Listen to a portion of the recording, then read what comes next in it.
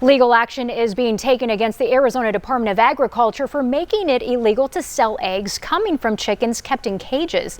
News 4 Tucson's Gabrielle Parrish has more. Egg producers in Arizona have to have much larger areas for hens to produce them in. This rule went into effect at the beginning of this year, causing egg prices to go up. Now the owner of this restaurant union is taking the Arizona Agriculture Department to court. We've seen egg prices as much as triple or quadruple on us based on this ruling.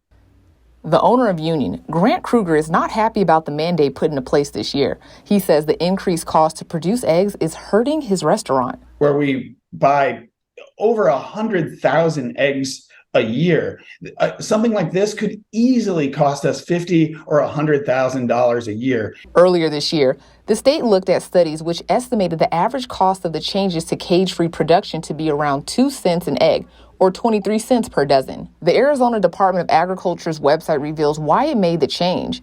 Science-based evidence found and concluded that ensuring eggs produced and sold in our state come from cage-free facilities minimizes food safety risk.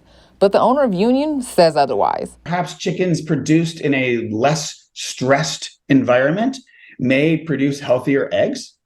However, there's not a lot of science to back that information up. And on top of that, we're not talking about chickens being changed into free range or this idea of, running around on a farm. The cost of producing eggs could go up. The owner of Union tells me that restaurant owners are going to have to figure out a way to make up that difference, and how to crack that could be complicated. You've got to do one of two things, right? And you've got to either raise your prices or reduce your costs. And that can be in portion sizing, that can be in labor, or it could just be passed along to the consumer in the form of menu price increases.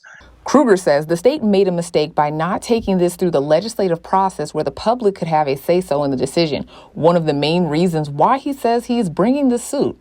But the people who I voted for from my legislative districts to represent me in a representative democracy didn't have a seat at the table either. And that's my problem, is that we make laws through the legislative portion of our government. Gabrielle Parrish, News 4 Tucson.